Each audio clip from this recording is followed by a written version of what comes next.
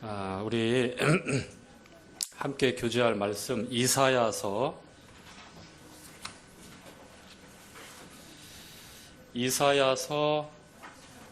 9장 6절에 나와 있는 말씀 한 구절을 함께 보도록 하겠습니다.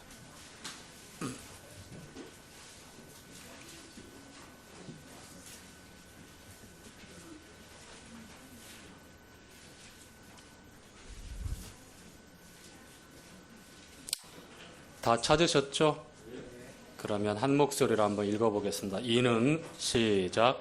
이는 한 아기가 우리에게 낳고 한 아들을 우리에게 주신 바 되었는데 그 어깨에는 정사를 메었고 그 이름은 기묘자라 모사라 전능하신 하나님 영존하시는 아버지라 평강의 왕이라 할 것입니다. 우리 주님 예수 그리스도가 이 세상에 오시기 전에 구약 선지자 중에 한 분 이사야를 통해서 하나님께서 예언한 말씀이에요. 자, 이는 한 아기가 우리에게 낳고, 자, 사람의 몸을 입고 오시는 하나님의 아들, 한 아들을 우리에게 주신 바 되었는데 그분은 아들로 인자로 오셨는데 하나님의 아들이고 또 인자라고 불려지셨습니다. 하나님의 아들이 사람의 아들이 되신 까닭이 있죠. 사람의 아들들을 하나님의 아들 삼기 위해서 그렇게 오셨습니다. 그 어깨에는 정사를 메었고, 자, 주목해 보시기 바랍니다. 5번에 걸쳐서 한 아들로 오신 이 우리 주님을 이렇게 소개하고 있습니다. 그 이름은 첫 번째 기묘자라 원더풀 경이로운 분, 놀라우신 분이라는 말씀이고요. 모사라 카운셀러 지혜자, 상담자,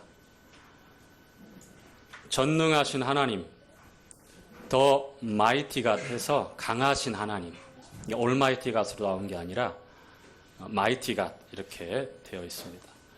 영존하시는 아버지, The Everlasting Father, 영존하시는 아버지. 그리고 마지막으로 평강의 왕, The Prince of Peace, 그러니까 평화의 통치자, 평강의 왕자 이렇게 번역이 되어지는데 이렇게 5번에 걸쳐서 한 아들을 우리에게 주셨고 그 어깨에는 정사를 메었는데 우리에게 이렇게 오셔서 하나님의 약속과 뜻을 이루실 분이다라고 주님 오시기 전 600년 전, 약 600년 전 이사야 선지자를 통해서 이렇게 예언을 했습니다.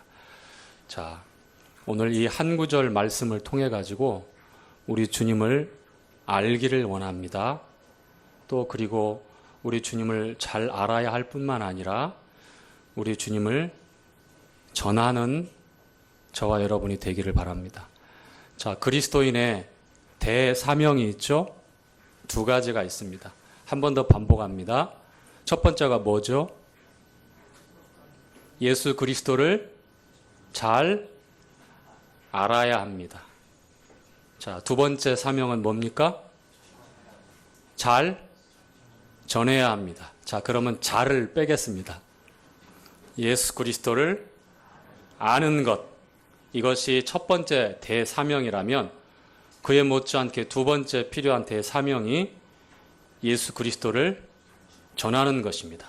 이것은 특정한 누구에게만 맡겨진 것이 아니라 구원받은 하나님의 자녀들이라면 그리스도인이라면 누구든지 일평생에 품고 변하지 말아야 될, 그리고 이 사명에 따라서 그렇게 삶의 목적과 방향을 정해서 내용을 우리가 채워가야 하는 것이 맞습니다.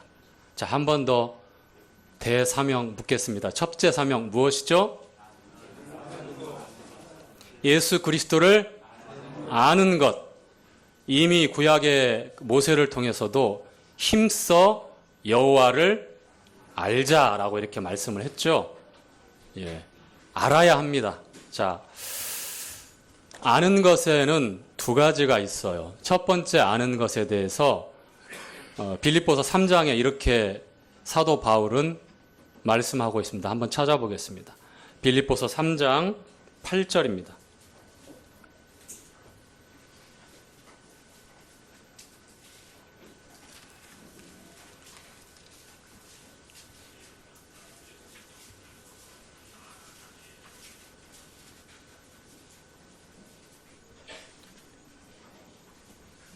자, 빌립보서 3장 한 구절 말씀을 보시는데요.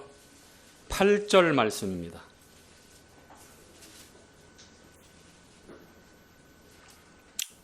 또한 모든 것을 해로 여김은 내 주 그리스도 예수를 아는 지식이 가장 고상함을 인함이라.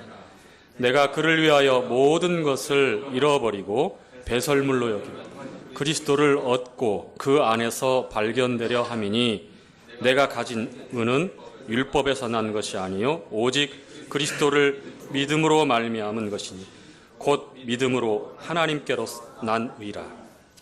자, 보세요. 내가 가진 의는 율법에서 난 것이 아니라고 그랬죠.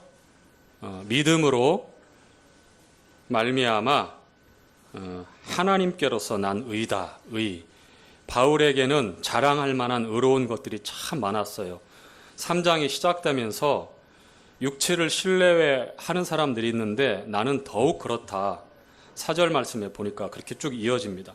8일 만에 할례를 받았고 유대인 중에서도 베냐민 집하고 그리고 그 당시 가장 종교적인 어떤 율법적으로는 가장 엄한 파 중에 하나였던 바리새인이었다라고 하면서 그리고 이어지는 말씀에 정말 이 말씀은 그렇게 이렇게 이야기하기 어려운데 율법의 의로는 흠이 없다라고 표현할 정도로 얼마만큼 철두철미한 하나님의 계명을 준행하려고 노력했던 그리고 어떤 겉으로나 속으로나 하나님 앞에 올바로 살려고 얼만큼 애를 썼는지 그냥 보여지는 거예요. 그럼에도 불구하고 우리가 읽었던 말씀에 보니까 내가 가지고 있었던 그 의, 율법의 의, 사람들에게 인정받는 의, 이 모든 것들을 배설물처럼 버릴 수 있었던 것은 예수 그리스도를 아는 뭐요? 지식이 가장 고상하다라고 이 사도 바울은 그렇게 고백합니다. 왜냐하면 이렇게 이어지는 말씀에 모든 것을 잃어버리고 배설물로 여김은 이것은 사도 바울의 진심입니다. 우리가 일평생에 이 사도 바울이 취하고 있었던 것 어느 하나라도 얻고 이루기 위해서 얼마나 부단히 노력하는지 모릅니다. 우리도 예외는 아니에요. 그럼에도 불구하고 그렇게 애쓰고 부단히 노력했던 것이 예수 그리스도를 아는 지식에 비하면 배설물과 같다는 거예요. 왜냐하면 예수 그리스도를 아는 지식이 그만큼 고상하기 때문입니다. 그만큼 위대하기 때문입니다. 예수 그리스도를 안다라고 하는 것이 이어지는 말씀이 이렇게 됩니다. 배설물로 여김은 그리스도를 얻고 누구를 얻고요? 그리스도를 얻고 그 안에서 발견되려 함이니 그리스도를 얻고 그리스도 안에서 발견되려 함이니라고 이렇게 말씀하고 있어요.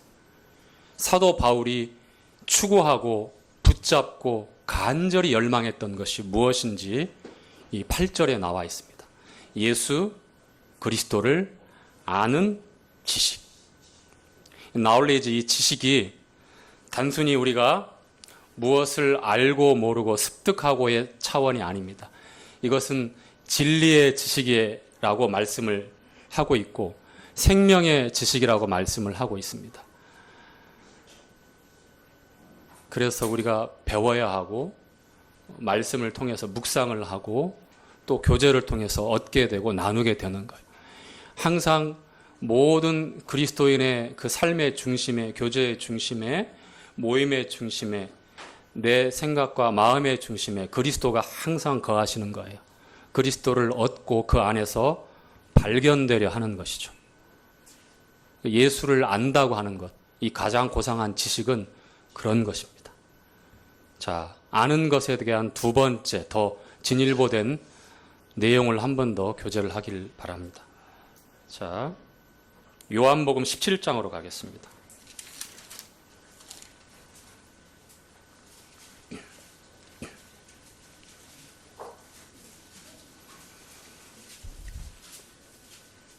우리 주님이 대제사장으로 하나님 앞에 중보하는 기도의 내용들이죠.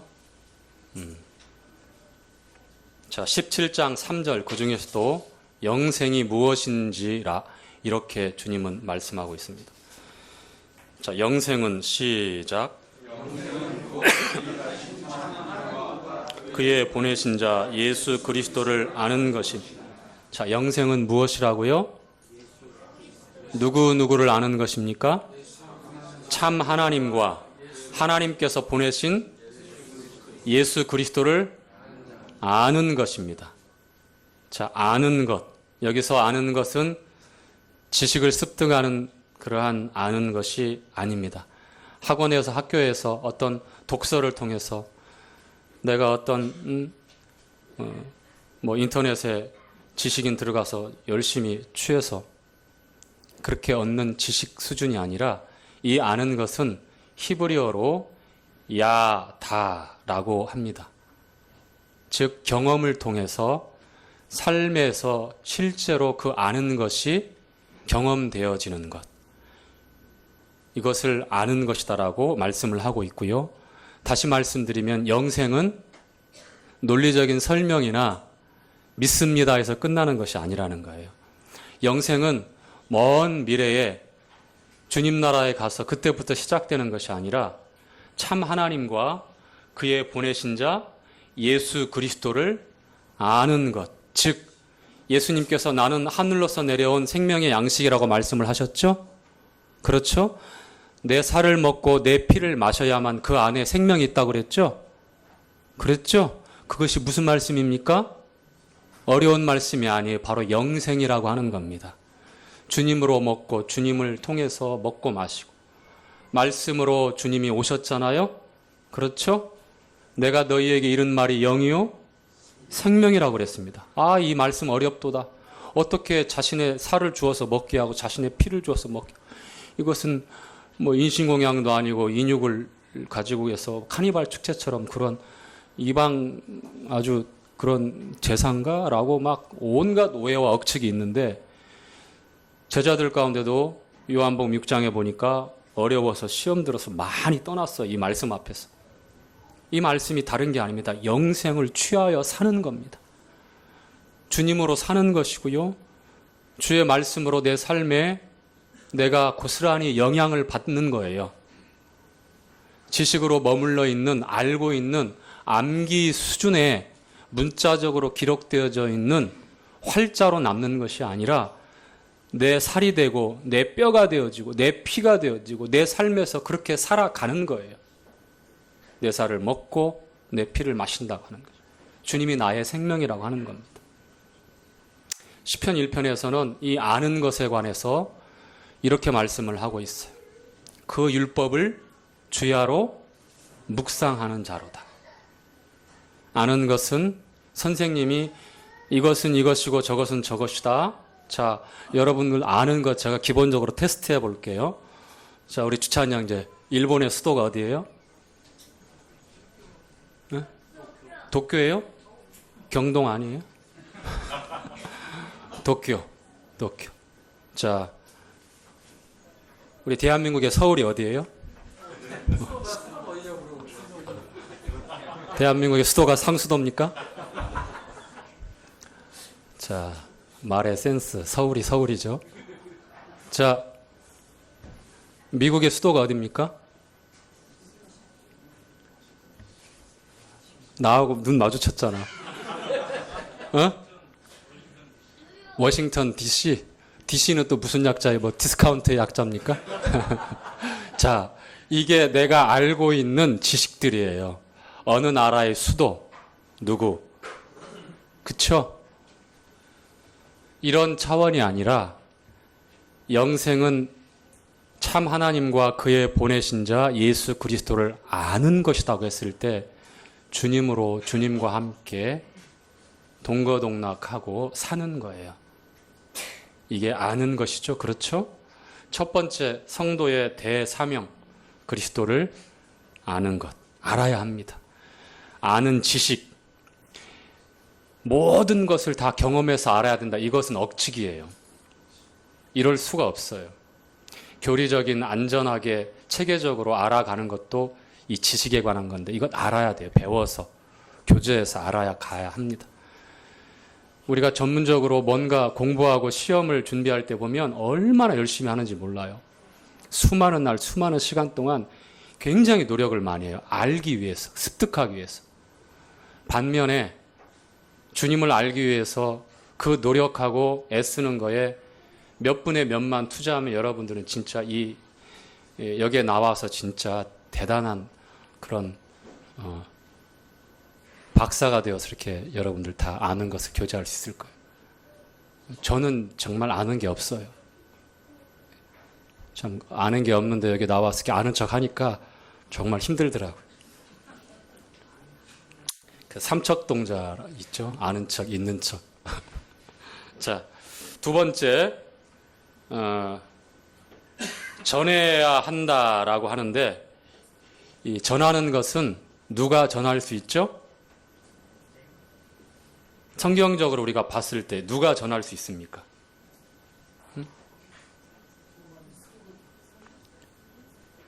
자, 사도행전 1장 8절을 한번 찾아볼게요.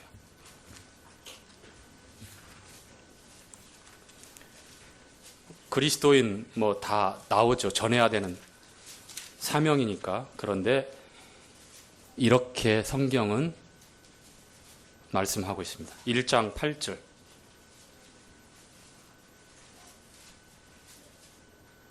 자, 찾았죠? 자, 오직 시작. 오직 성령이 너희에게 임하시면 너희가 권능을 받고 예루살렘과 온 유대와 사마리아와 땅끝까지 이르러 내 증인이 되리라 하시니라. 자, 누구요? 증인, 위트니스. 증인이 전하는 사람들이에요. 증인은 전할 수밖에 없습니다. 자기가 보고, 자기가 분명히 듣고, 자기가 분명히 경험한 그 사실을 전할 수밖에 없습니다. 그리스도인은 바로 증인들입니다. 1장 8절 읽었던 말씀에 성령이 임하면 땅끝까지 이르러 무엇이 된다고요? 증인이 된다고 말씀합니다. 여러분 증인이십니까?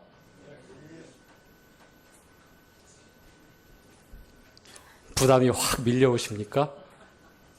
증인이 되셔야 합니다. 예수님을 증거하는 증인이라고 하는 것은 얼마나 영광스럽고 얼마나 놀랍습니까? 그렇죠? 세상은 환영하지 않을 거예요. 오히려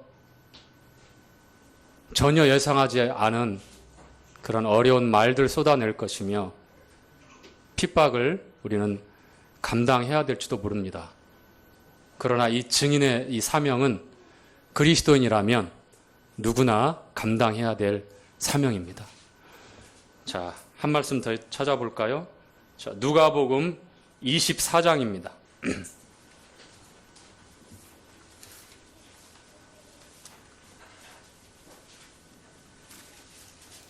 24장 48절.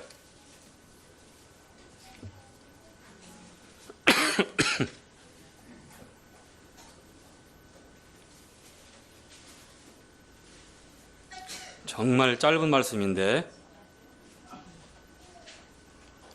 4자, 6자, 10자, 12자입니다.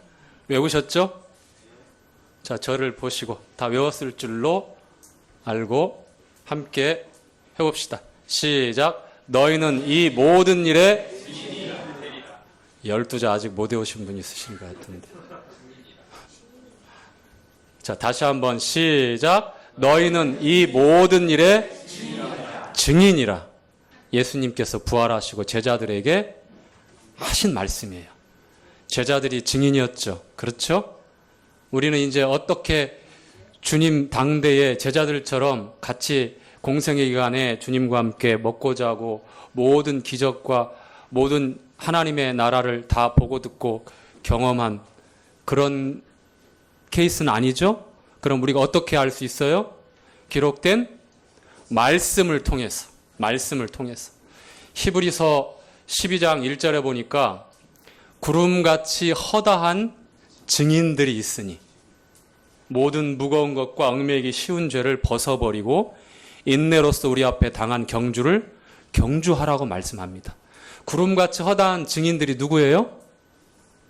사도 바울이 히브리인들을 대상으로 썼던 히브리서를 배경으로 삼고 있다면 구약의 수많은 11장 전장에 보면 믿음으로 by faith 아벨의 제사부터 해가지고 믿음으로 얼마나 많은 구약의 선진들이 믿음으로 어떻게 했다. 이게 증인들이에요. 증인들.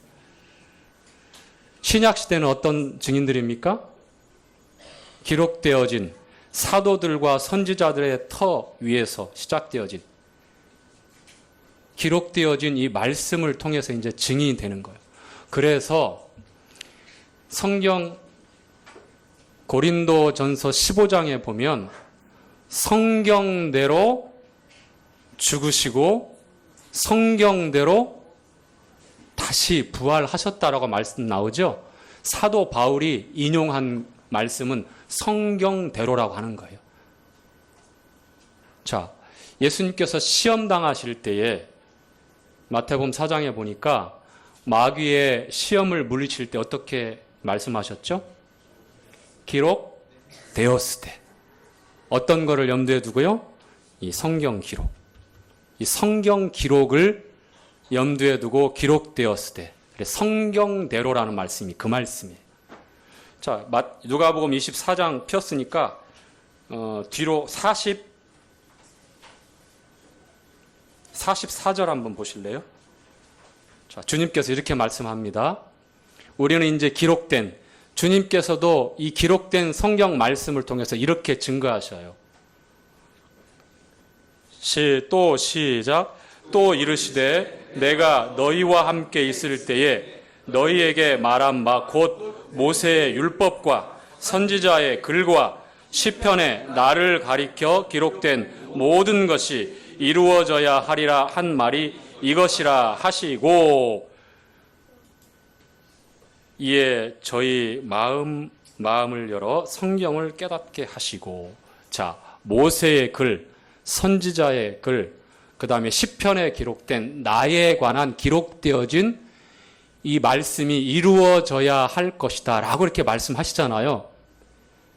주님이 오실 것을, 주님이 죽으실 것을, 주님이 메시아로 오실 것을 성경 기록에 그대로 기록되어져 있었던 거예요. 그렇죠. 우리가 이제 전하는 것은 기록되어진 성경 말씀을 통해서 전할 수 있게 된 거예요. 주님이 기록되어진 성경 말씀을 가지고 어떻게 나에 대해서 증거하고 있는지, 모세의 글, 선지자의 글, 시편에 기록된.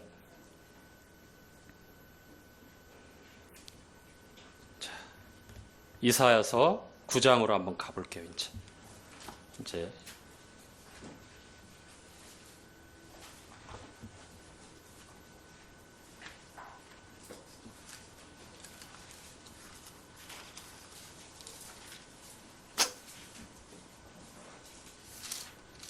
(9장 6절) 읽었던 본문 말씀.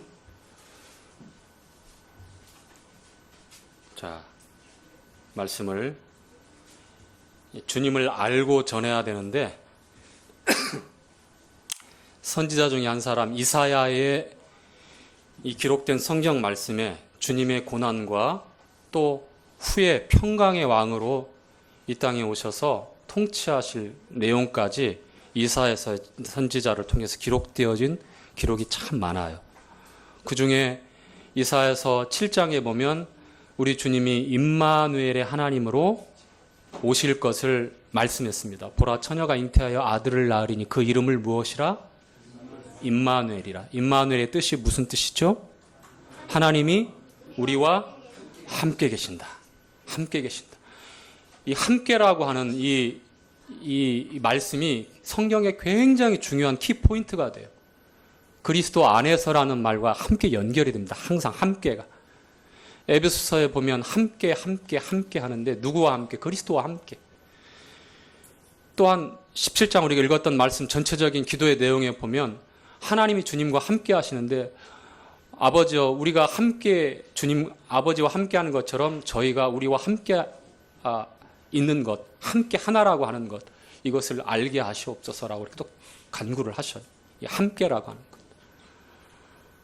자, 그리고 이제 9장에 오니까 우리 주님을 이렇게 예언하죠. 기묘자라 모사라 전능하신 하나님이라 영존하신 아버지라 평강의 왕이라. 왜 이렇게 묘사했을까?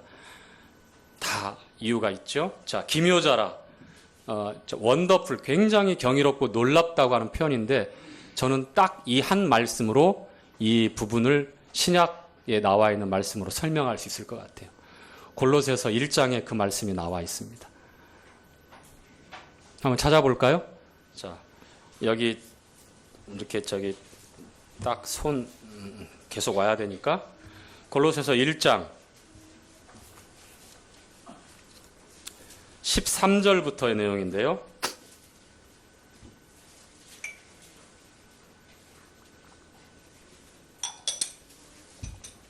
자, 13절부터 16절까지 함께 읽어가겠습니다.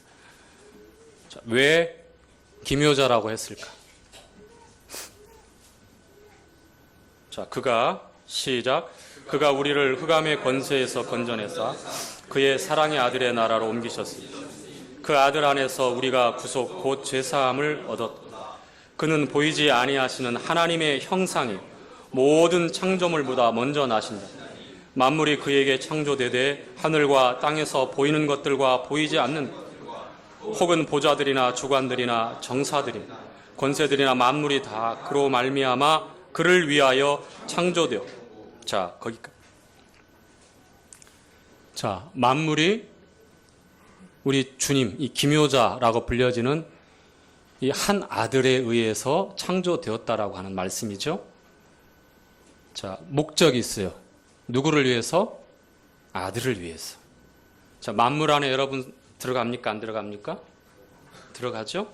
만물 안에 저를 비롯해서 모두가 다 들어갑니다. 심지어는 눈에 보이는 것과 보이지 않는 것, 영적인 세계, 보좌, 권세, 정사들 할 것 없이 모두 우리 주님에 의해서 지어졌다라고 말씀을 합니다. 주님에 의해서 지어졌고 우리 주님을 위해서 지어졌어요. 창조되어진 사실과 창조의 목적들. 자, 여러분은 주님의 영광을 위해서 지금 이 땅에 살아 숨을 쉬고 있고 이 자리에 있는 겁니다. 기묘자, 이 말씀을 통해서 저는 골로새서 1장 이 말씀이 정말 생각이 났어요. 경이롭고 놀라우신 우리 주님이 여러 성경에서 기록하고 있는 내용들이 많지만 특별히 이 말씀, 창조자라고 하는 것. 참 연약한 아기로 한 아들로 베들레헴의 사관에 누울 곳이 없어서 짐승들의 먹이통인 말 구유의 거친 강포에 쌓여서 그렇게 이 땅에 오셨지만 그분이 바로 창조자라고 하는 거예요. 기묘자라고 하는 겁니다. 너무 놀랍고 위대했습니다. 경이로웠어요. 우리가 창조되어진 이 자연의 이 광활한 자연, 그 다음에 아름다운 자연, 정말 너무 멋진 것들 보면 우리는 감탄을 하게 돼요. 하물며 우리가 알지 못하는 더 경이로운 일들이 얼마나 많이 있겠습니까?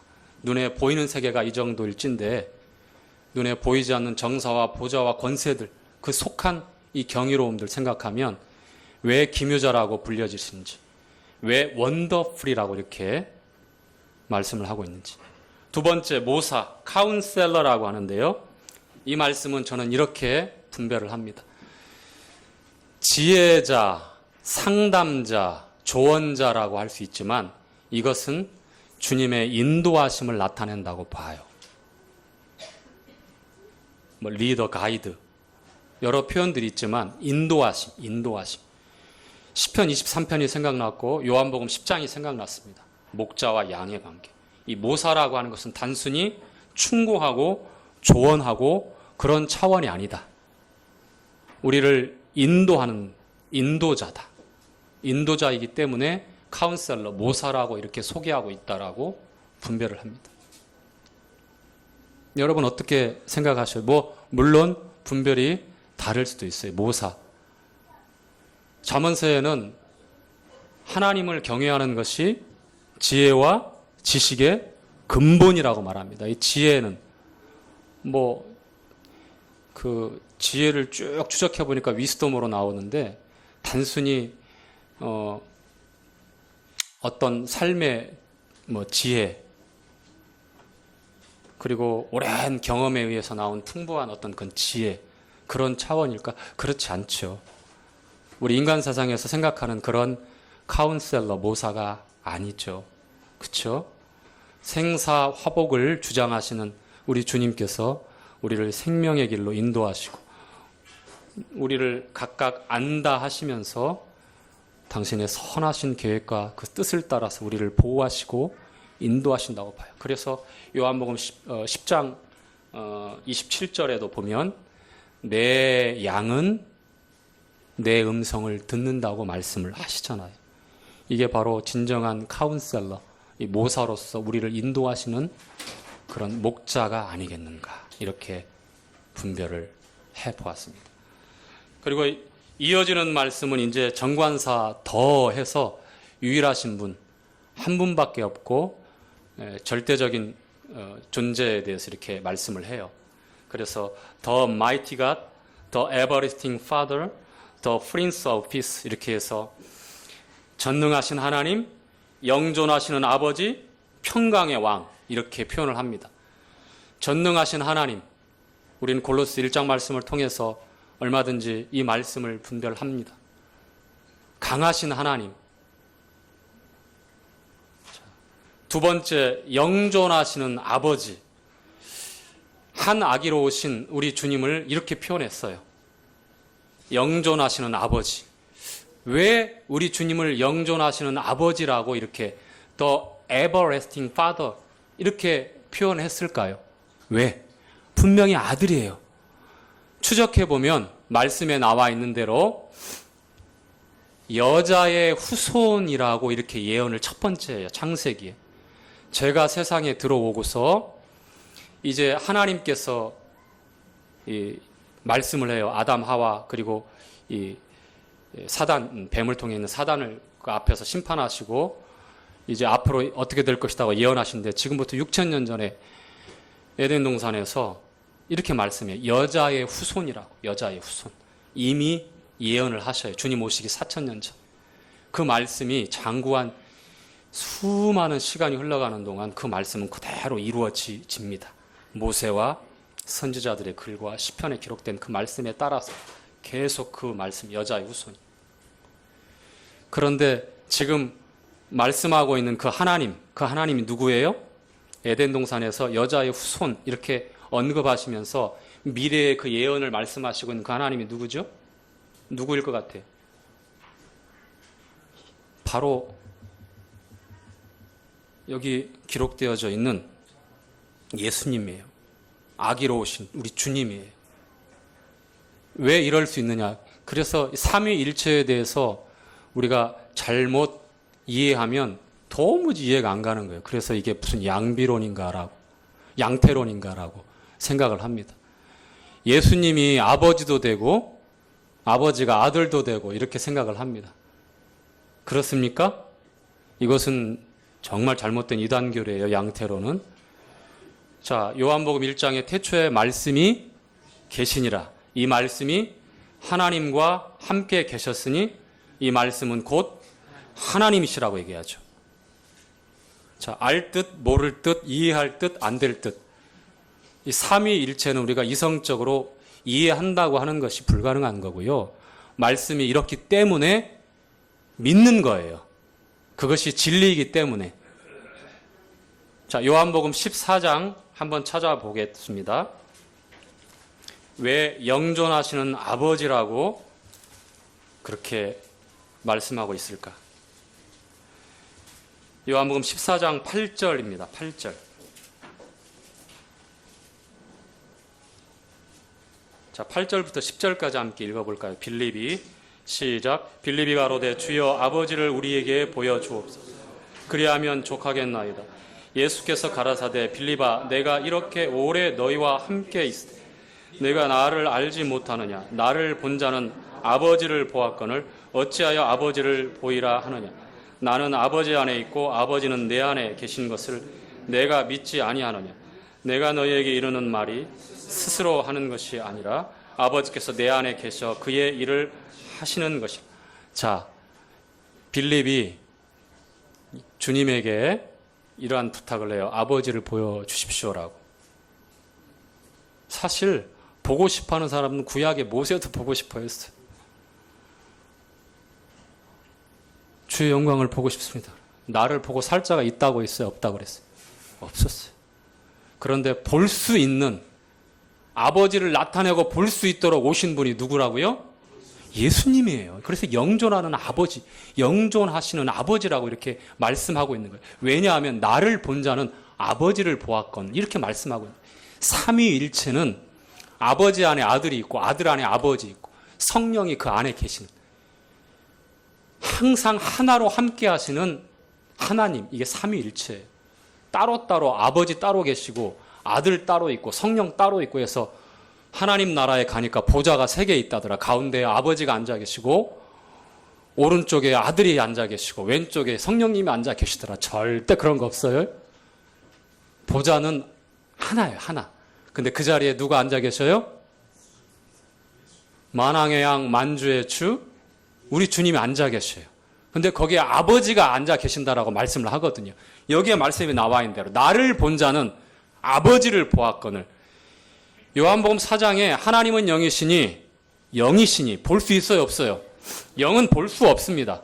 볼 수 있도록, 우리가 볼 수 있도록 나타나신 아버지가 아들을 통해서 그렇게 보여주시는 거예요. 아들이 아버지다라는 게 아니에요. 또 여기서 헷갈리죠. 왔다 갔다 하죠. 아들을 통해서 아버지를 나타내는 거란 말이에요. 아버지, 왜냐하면 아들 안에 우리가 읽었던 말씀을 보니까 내 안에 아버지가 계시고 아버지 안에 내가 있다. 나를 본 자는 아버지를 보았거늘 이렇게 말씀하고 있는 거예요. 논리적으로 이해하려고 하지 마시고 믿으세요. 자, 하나님은 아버지와 말씀과 성령이 하나이니라. 요한 1서 5장 7절에 영어 성경 있지만 우리가 보는 성경 개역개정에는 없어요. 하늘에서 증거하는 분이 3분이시니 아버지와 말씀과 성령이시라. 또한 이 3분이 한 분이시니라, 하나이니라 라고 이렇게 말씀을 하고 있어요. 요한복음 외에도 가장 정확하게 삼위의 하나님이 한 분으로 계신다라고 하는 증거하는 말씀이 그렇게 요한일서 5장 7절에 나와 있어요. 물과 피와 성령과 물과 피, 이렇게 그거는 이제 나중에 나오는 말씀이고 먼저 있었던 말씀인데 이 말씀이 삭제되어져 있어요. 자, 그래서 왜 The Everlasting Father라고 한지 아시겠죠? 예. 그래서 예수님을 영존하신 아버지라고 이렇게 구약의 이사야를 통해서 한 아기로 오시지만 그렇게 증거한 거예요. 마지막으로 평강의 왕. 자, 예수님께서 부활하시고 나서 제자들을 만나러 가셨을 때 제자들은 그때 편안하게 발 뻗고 자고 있었어요. 어떻게 했어요? 어떻게 했어요? 문을 활짝 열어놓고 있었어요? 꽁꽁 잠궜죠? 왜 그랬죠? 유대인들 두려운 거예요.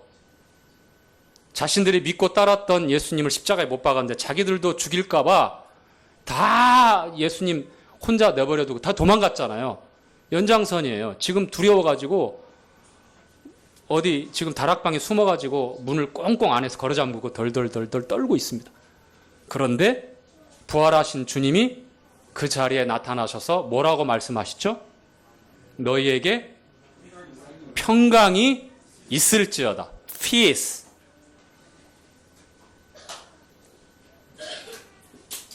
너희에게 평강이 있을지어다. 평화, 이 평강은 우리 주님이 우리에게 허락하시는 것이에요. 내가 너희에게 평안을 끼치노니 세상이 주는 것 같지 않다라고. 세상이 주는 평안은 그 기회와 그 조건과 환경에 따라서 늘 있다가 사라졌다가 달라지죠?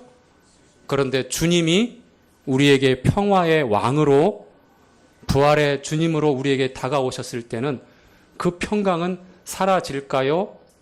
없어질까요? 변할까요? 예수 그리스도를 부활 이후에 주님을 따랐던 이 증인되었던 이 제자들이 전혀 여기에서 어떠한 흠이 없이 그 평강 가운데 거할 수 있었어요. 심지어 주님처럼 죽음의 자리까지 가는 그 순간까지도 이 평강은 사라지지 않았습니다. 가장 대표적인 게 베드로였어요. 이제 야고보가 순교했잖아요. 헤롯이 유대인들이 좋아하니까 베드로 잡아서 그 다음날 또 죽이려고 했는데 베드로 양쪽 착고에 딱 두 군사에 이렇게 수갑 채워가지고 그 사이에서 자고 있어요. 감옥에서. 근데 베드로가 어쩔까 다음날 죽잖아요. 그쵸? 전전긍긍하고 두려워서 떨고 있었습니까? 어떻게 했어요? 천사가 와서 깨웠는데 잘 안 일어나요. 툭툭 깊이 잤어요. 얼마나 평안한지. 어떤 분은 낙담해서 그렇다고 말씀하면 전혀 그렇지 않아요. The Prince of Peace, 이 평강의 왕, 부활의 주님, 이 주님이 나의 왕이기 때문에 그렇게 베드로가 그럴 수 있었습니다. 저와 여러분 어때요? 그렇지 못할 때 많죠? 실제로 그렇더라고요.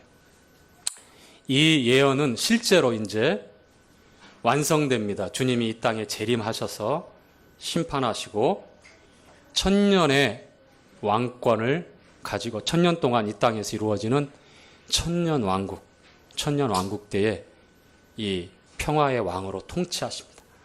더 이상 전쟁이 없습니다. 뭐 연습을 안 해요. 거기서 곡하는 것, 애곡하는 것, 싸우고 뭐 절규하고 그런 나라가 아닙니다. 왜냐하면 이 평화의 왕이 통치하기 때문입니다. 자, 오늘 이사야서 9장에 나와 있는 기묘자, 모사, 전능하신 하나님, 영존하시는 아버지, 평화의 왕에 관한 우리 주님에 대해서 우리가 알고 또 배우고 알게 된 것은 어떻게 하기 위해서요? 전하기 위해서. 성경 기록대로. 그래서 우리가 그와 같은 증인의 삶을 통해서 그리스도인의 큰 두 사명을, 우리 주님을 잘 알고 우리 주님을 전하는 그런 그리스도인의 사명에 맞는 삶을 저와 여러분이 다 살았으면 좋겠습니다. 마치겠습니다.